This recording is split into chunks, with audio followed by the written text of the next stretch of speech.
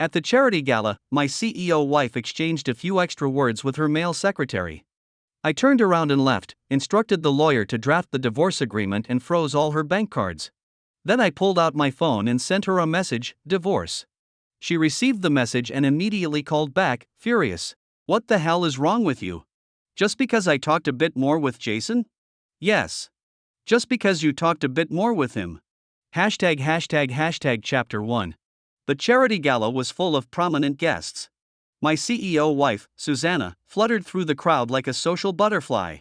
She formally introduced her male secretary Jason, who had only been on the job for 6 months. This project fund wouldn't have been secured without my secretary, she said. That's the reason this charity gala is happening at all. Though he's only been here half a year, his contributions to the company are huge. I've decided to promote him to general manager. From now on, he'll be my most trusted partner at work. Gasps of surprise rippled through the room, followed by polite applause and praise like so talented for someone so young. Jason wore a faint polite smile and thanked everyone with grace and poise. Standing together, raising their glasses toward the guests, they looked so well-matched it felt more like their wedding than a charity event. Watching the smile on Susanna's face, my heart shattered. That project, it was me who drank myself into a stomach hemorrhage just to close the deal. Jason merely followed me around, handed over a contract and a pen, and now Susanna had twisted the narrative into his achievement. Worse, she promoted him to a position equal to mine. I said nothing. Just gave a bitter smile and walked out. Once outside the ballroom, I pulled out my phone and called my lawyer. I told him to draft a divorce agreement. Back then, Susanna was just a girl who couldn't even afford tuition. She was one of 3 underprivileged students our family had sponsored. We fell in love during college, and in the end, I chose to marry her. I loved her drive, her independence. I thought we'd be happy together after marriage. Turns out, that was just my wishful thinking. Just as I stepped out for a breath of fresh air, someone from the event came up respectfully. President Law, it's your turn to speak on stage. I stubbed out my cigarette and followed him back into the hall. Susanna was still standing beside Jason, making me look like a total fool. I took the mic and looked directly at Susanna. I only want to say one thing to my wife. Before I even finished the sentence, the room erupted with admiration and teasing compliments. President Law can't stop bragging about his wife even in public. 10 years of marriage, and they're still in love. Enviable. Yes, 10 years of marriage. Everyone knew I had a loving wife, but no one knew who she was. Because Susanna insisted that her success had nothing to do with me. She went out of her way to keep our relationship separate in the company. Looking at her proud and confident smile, I spoke calmly. Susanna, I want a divorce. Her smile froze instantly. She stared at me in disbelief. The room fell into uneasy murmurs. Shocked gazes darted between Susanna, Jason, and me. Only now did everyone realize Susanna was my wife. Trying to keep her composure, Susanna took 2 steps toward me and whispered sharply. Marco, have you lost your mind? You already outed me as your wife in public. And now you're creating drama with divorce talk. Go tell them right now you were drunk and talking nonsense. Whenever she spoke to me, Susanna always sounded like she was doing me a favor, superior, condescending. But just tonight, I saw how she spoke to Jason. Gentle, bashful, soft-voiced and flirtatious, like she was the one trying to win him over. Even her eyes were overflowing with unspoken affection. Guests began trying to smooth things over. President Law, aren't you overreacting a bit? Chairwoman Lin was just introducing a promising young partner, not a big deal. 10 years of marriage, and you're divorcing over something so trivial? Yes, 10 years. But only now did I finally get it. All those years of attending events with her, Susanna never once introduced me with pride like that. She always distanced herself from me and dismissed my achievements. It had always been like that. And 6 months ago, when Susanna brought Jason into the company, I finally understood. Susanna had a crush. Even though I was her husband, Jason was still the one she had always longed for. #### Chapter 2. I'm not drunk, and I'm not talking nonsense. I stared at the irritation in Susanna's eyes with absolute clarity. I want a divorce. Susanna looked like she was about to lose her mind, but still kept up appearances and explained stiffly. Fine, maybe I did ignore you a little earlier. But I didn't mean to introduce Jason to them. Can you stop being so unreasonable? Are you seriously jealous of him? Jason stepped forward too, feigning innocence. President, maybe there's been a misunderstanding. Susanna and I are completely clean. I ignored him, still looking at Susanna. The divorce agreement will be delivered to you once it's ready. Then I turned and strode out of the banquet hall. Saying it so openly, I had never felt such relief. It was raining lightly outside. I sat in my car, soaking in a peace I hadn't felt in years. Suddenly, the ringtone cut through the silence of the car cabin. I glanced at the caller ID and picked up. I told you long ago, Susanna has someone else in her heart. So, what now? Want to choose me instead? I would never betray you. It was Miriam on the line, another of the underprivileged students my family had sponsored. She'd always been bold, even confessed her feelings to me before. But I liked Susanna back then, and never gave Miriam a second thought. I squeezed the phone and stared coldly out the window. Raindrops streamed down the glass like threads. All right. Miriam caught her breath, then her voice lit up with excitement. Then it's a deal. The day you get your divorce certificate will be the day we get our marriage certificate. Oh, and I left you a surprise. Don't forget to check it. The call ended. I was feeling calm again and drove home. The house was dark, no lights on. I relied on memory to find my way back to the master bedroom. As I pulled back the covers to lie down, my hand brushed against something thin and soft. I switched on the light. What I was holding was a man's underwear. There were dried stains on it. I threw the briefs away in disgust and looked up. This wasn't the bedroom I knew anymore. All traces of me had been replaced by another man's presence. On the nightstand was a framed photo of Susanna and Jason. The wedding photo of Susanna and me that once hung on the wall, it had been tossed carelessly in the corner, gathering dust. The walls were painted gray-green, my most hated color. But Jason's favorite. My fists clenched. So I had been betrayed countless times already. I had been away on business trips often. When I came back once and tried to return to the master bedroom, Susanna stopped me. I'm preparing a surprise for you. It's not ready yet. Go sleep in the guest room for now. I believed her. I actually thought she was doing something special for me and waited expectantly every day. Never did I imagine she had already been hooking up with Jason. All those sweet words, just a lie to string me along. I grabbed the framed photo and smashed it against the floor. Just as I was about to leave the room, I heard a noise from outside. I opened the door and there they were, Susanna and Jason, holding each other at the entrance. Susanna, are you really not going to try talking to Marco? Jason asked. Susanna replied casually, forget him. Who knows what kind of tantrum he's throwing now?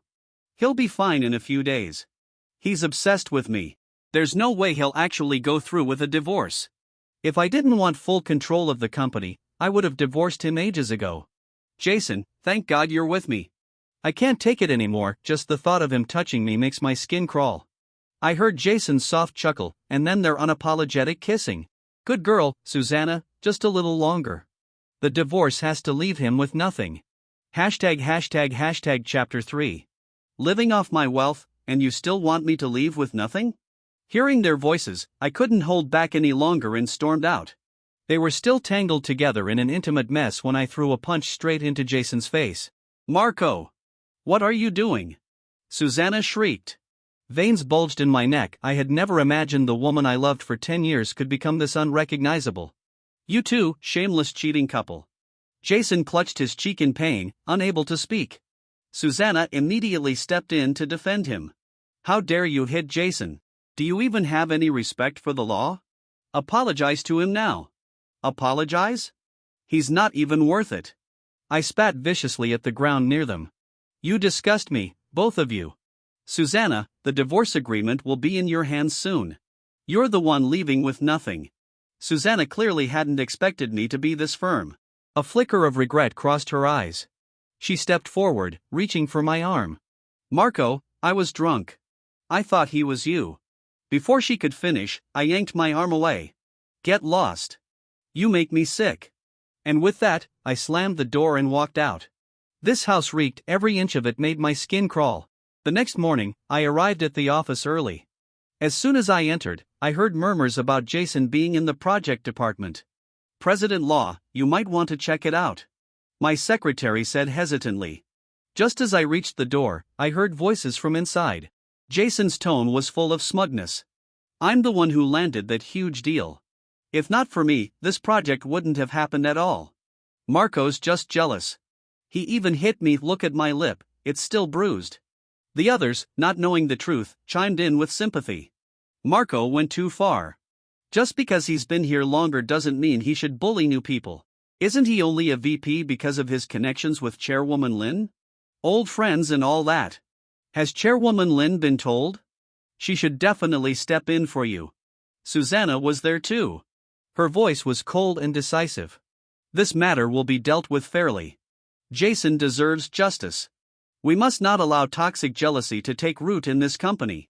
Standing just outside, hearing their mockery and betrayal, I couldn't hold back my disappointment. I'd worked here 10 years. Countless deals I closed were credited to Susanna. That's how she climbed her way to CEO.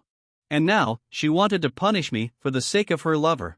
I gave a cold laugh and pushed the door open. Oh? And how exactly do you plan to punish me? Susanna's gaze flickered for a moment, but she kept her tone stern. You're suspended from all your duties. Time off to reflect. Jason stood behind her, failing to hide the satisfaction in his smirk. Marco, I'm the one who sealed that deal. I'm the reason they signed. You couldn't even handle it. All you did was drink yourself into the hospital. Hearing that, my only regret was misjudging the kind of people they were. I drank myself into a gastric hemorrhage for that project. I thought Jason would handle the follow-up. Instead, he stole all the credit. The rest of the team looked at me with disdain, having bought into the false narrative that I was just jealous and petty. I sneered. That project, you don't know. The partner company has already decided to terminate the contract. Chapter 4. What? How is that even possible? Everyone looked at each other in disbelief, their shocked voices rising one after another. You're lying. Jason looked completely flustered, at a loss. That project's bonus was at least 6 figures. How could a cooked duck just fly away like that? Susanna froze for a second, then quickly reacted, storming up to me, visibly angry. Marco, stop messing around. You're just jealous that Jason landed the project. Do you really have to joke like this? After she spoke, Jason, who had looked a bit panicked, calmed down, his eyes full of mockery. Marco, quit your little tricks. I get it, you're drooling over the project bonus. Fine, I'll give you a cut. Just stop with the games. Saying the project got cancelled, and then you'll probably turn around and say you salvaged it yourself. We're not idiots, you know. After that, the office burst into laughter. They all looked at me with a mix of ridicule and pity, like I'd been driven insane by my own jealousy. I pulled out the termination agreement and handed it to them. They're accusing our company of lacking integrity. If you really want to know what's going on, you should probably ask Jason. Then I looked at Susanna with a calm expression. Susanna, maybe it's time we sort out our own matters while we're at it. Susanna's expression stiffened. She snapped coldly. What matters? Marco, stop being unreasonable. This is a workplace, not your stage to show off. You've already been suspended, just pack your stuff and go home. We had been together for 10 years at this company, and no one had ever known about our relationship. After Jason joined, everyone just assumed Susanna was with him. I'd overheard co-workers gossip about how perfect they looked together, like a golden couple. Burning with jealousy, I once clung to Susanna at home, begging her to go public with our relationship. But she coaxed me with gentle words. Marco, people will gossip if we have an office romance. Relax, Jason's just a colleague. You're my real husband.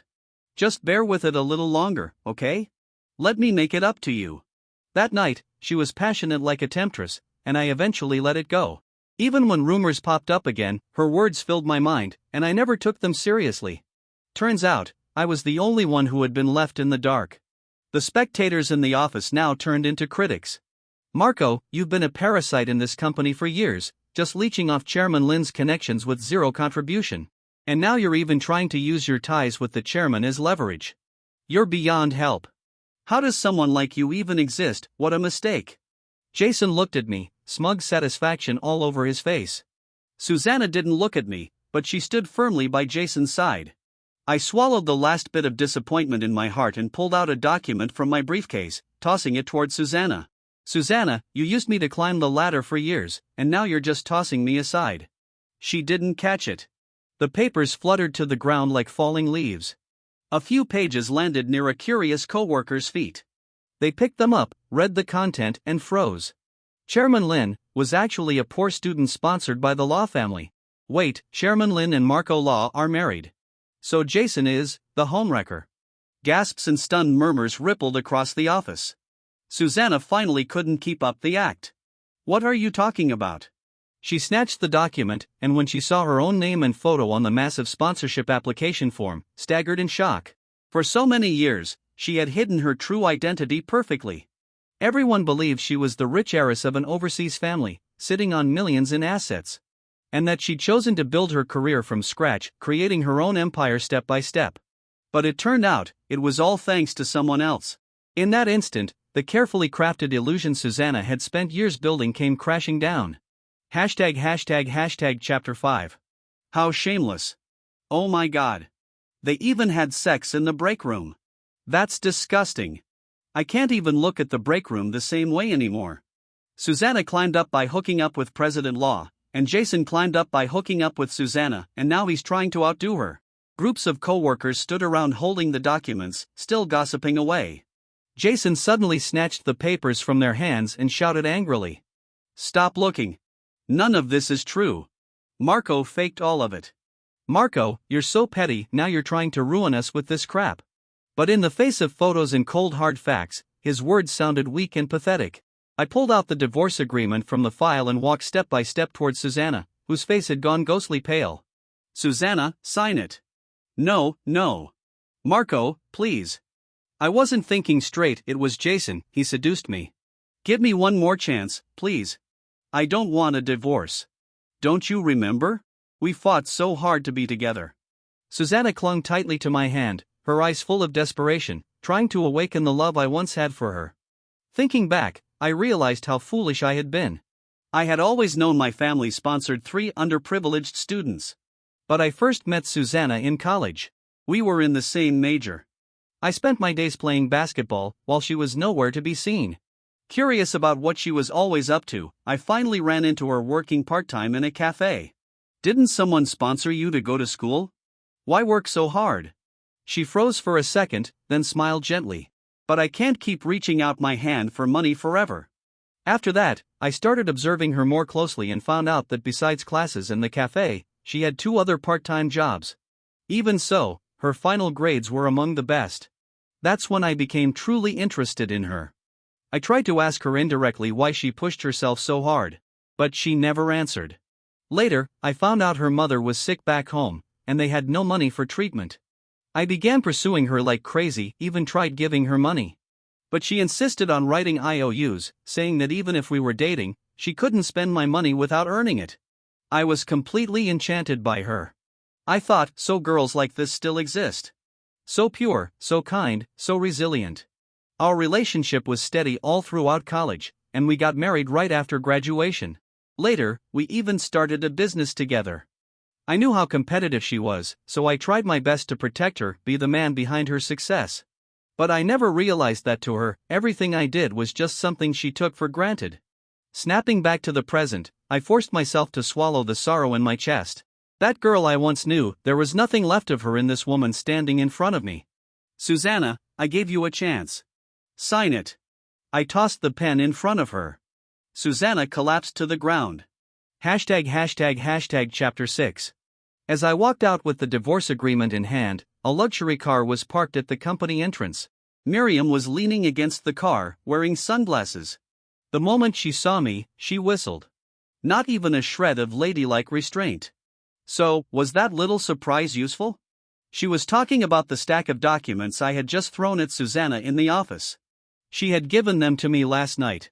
Miriam had been investigating this for a long time, and she'd tried countless times to get them to me. But I hadn't even glanced at them, I tore them up on the spot. Back then, I still firmly believed in Susanna's love for me. Susanna would never betray me. Stop bringing me this baseless garbage. I'm not going to believe any of it. I was so resolute then. I still remember the hurt in Miriam's eyes. I thought she'd give up after that. I never expected her to keep going. Just like how she had loved me persistently for 10 years. I looked down. Yeah, it was useful. Are you heartbroken? I told you a long time ago Susanna wasn't the one for you. I am. Miriam leaned in close, smiling playfully as she grabbed my hand. So when are you and Susanna finalizing the divorce? I was just about to respond when Susanna suddenly burst out of the building. She saw Miriam holding my hand and instantly exploded. Oh, Marco. So this is why you were so eager to divorce me. For this little slut. Marco, how dare you betray me? Tell me, how long have you two been sneaking around? She lost it and lunged toward Miriam to hit her. Just as her slap was about to land, I caught her wrist midair and flung her to the ground. I stepped in front of Miriam and sighed, exhausted. Susanna, haven't you caused enough of a scene? Can't you see by now? Everything that's happened, you brought it on yourself. Susanna sat on the ground, stunned, mumbling. You hit me. Marco, you hit me over this whore. Do you have no soul? I've been with you for 10 years. And now you're divorcing me for her. She tried to get up again, thinking she had found something to use against me. Marco, you owe me an explanation. I looked at her, completely hysterical, and couldn't help but laugh. Susanna, you seriously have the nerve to accuse me of cheating? Jason was already making himself at home in my apartment. He even left his underwear on my bed. Susanna froze, stunned. She was about to speak when a blur passed me.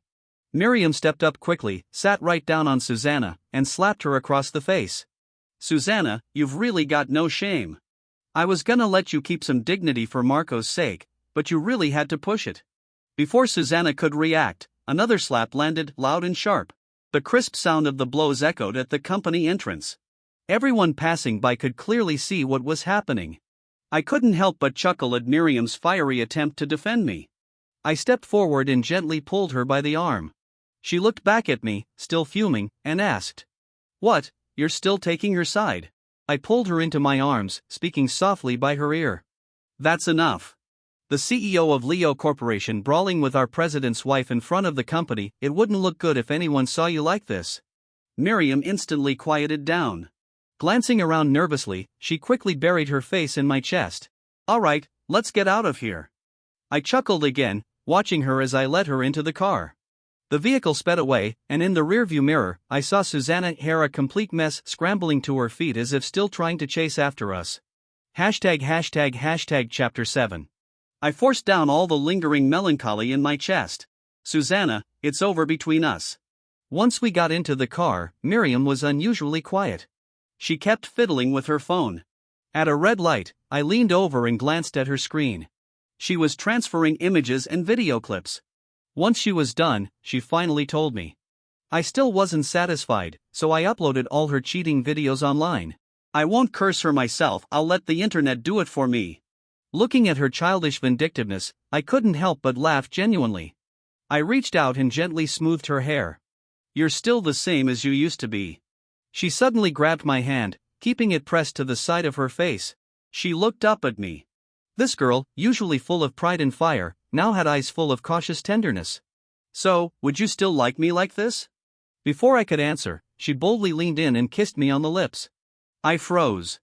In that instant, she had already wrapped her arms around my neck and kissed me deeper, lost in the moment. I closed my eyes, sighing softly, surrendering to her. Like her? How could I not? Miriam and I had known each other since we were kids. We were childhood sweethearts.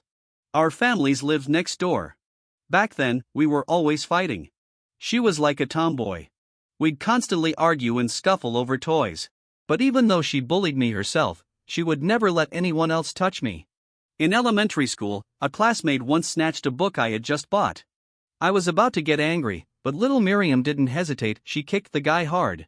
Sent him flying. And then she declared loudly and proudly, "Do you know who you're messing with? He's under my protection." From that day on, everyone knew I was hers to guard. Later, disaster struck her family. Their company went bankrupt. Her father couldn't take the blow and died of a heart attack. Her mother, crying, jumped off a building to follow him in death. Just starting middle school, Miriam became an orphan. From a millionaire heiress, she turned overnight into a poor scholarship student. We were the ones who sponsored her, but she never showed the slightest trace of sorrow or humiliation. By the time we entered high school and those first sparks of teenage feelings started to appear, her way of always shouting "I'm protecting you" slowly turned into "I'm going to marry you." But me, Back then I was timid and cowardly. I didn't dare accept her feelings. In college, I started dating Susanna and completely pushed Miriam out of my life. Who would have thought her love across 10 long years remained just as fierce and sincere?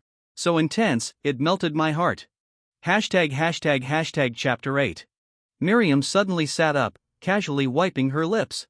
Then she gently tapped her finger on my lips, eyes seductive and gleaming. In such a hurry. Let's save the rest for when we get home. Slightly flustered, I withdrew my hand from the slick warmth of her skin, catching the sparkle in Miriam's eyes. Marco, I love you. The company had been founded by Susanna and me. But over the years, my quiet, unambitious attitude made everyone forget I even existed. Even Susanna, once she had all the power in her hands, seemed to forget that everything she had I gave her. The next day, I called for a board meeting. Susanna and Jason were both present. They looked tired, worn. When Jason saw me there, he still couldn't resist the urge to mock me. Marco, what are you doing here at such a serious meeting? Weren't you already suspended? And you're just a VP, don't think you even qualify to attend. The others exchanged glances and surprisingly agreed with him. Board meetings are for general managers and above. Vice President Law, I'm afraid you'll have to step out. Susanna said nothing, simply looked at me with a faint expression, as if to say, so what if you still hold the majority of shares? No one acknowledges your authority. I smiled slightly, pulled out the chairman's chair and sat down. I'm the one who called this meeting. Why would I be the one to leave? The board members were stunned. For years, the company had been run entirely by Susanna. The chairman had never shown up. All they knew was that the chairman wasn't interested in managing the company and had left everything in Susanna's hands. Susanna suddenly shot to her feet. Marco, what are you trying to do? She hadn't expected that after I publicly revealed our relationship yesterday, I'd reveal this today too. What am I trying to do? I smiled faintly at her. Why, to fire you, of course. Then I turned to the person next to her, Jason, who was just about to erupt in anger. And you too. Marco. You really think you're some big shot now? You're firing me? What gives you that right? Jason scoffed, full of contempt. Susanna is the vice chair. What are you? This is ridiculous. Just as he finished, I raised a hand to the secretary. Understanding the cue, she immediately stepped forward and pulled out a long sealed appointment letter. Mr. Law is our chairman, she announced. Of course he has that right. Her words hit like a thunderclap. The room instantly erupted in chaos. For over a decade since Lian Corporation was founded, the identity of the chairman had been a complete mystery. No one ever imagined he had been right beside them all along. Escort them out, I said coldly. And blacklist them, never to be hired again. The security guards stepped forward to remove them from the boardroom. That's when Susanna finally snapped. You can't fire me, Marco. I gave this company my blood, sweat and tears for over 10 years, and this is how you repay me? You heartless bastard. She shouted her accusations, utterly hysterical, and I noticed the way the other board members began to exchange glances, their expressions shifting. I sneered. Susanna, all these years, how do you think you landed those projects and rose to the position of CEO? Don't you know whose support that was? Everything you had. I gave you. As the words landed, Susanna's face drained of color. She no longer had the strength to resist as she was led away. After wrapping up company matters, I returned home and was surprised to see the lights on. I froze. I'd long forgotten what it felt like to have someone waiting for me at home. After marrying Susanna, she had buried herself in her work. I had become the one waiting up each night. Even then, I'd returned to a home with no lights left on for me. What are you standing there for? Go wash up and eat. Come try my cooking. Seeing me frozen at the door, Miriam came out from the kitchen, proudly holding a plate of food. I changed my shoes and stepped forward to hug her, burying my face in the curve of her neck. Wife, you're amazing. She blushed a little, but still teased boldly. There's more amazing stuff coming tonight, you'll see. In the 10 years I was married to Susanna, we never had children. She didn't want any. Eventually, even the intimacy in our marriage disappeared. Now, just 3 months into marriage with Miriam, she was already pregnant. A child of our own. Susanna and Jason, after being fired, were blacklisted across the entire industry. Susanna left the marriage with nothing. No property. No savings. She was forced to live in a shabby rental with Jason. They scraped by doing odd jobs just to survive. Jason, no longer the flattering boyfriend he once pretended to be, turned abusive, beating and yelling at her constantly. And so, they spent the rest of their lives in a storm of regret and bitterness. But that no longer mattered. What mattered was, "Babe, I want strawberries. Did you wash them yet?" Hearing my wife's completely unfiltered voice from the other room, I chuckled. I grabbed the bowl of fruit. Coming. What mattered was I had finally found the happiness that truly belonged to me.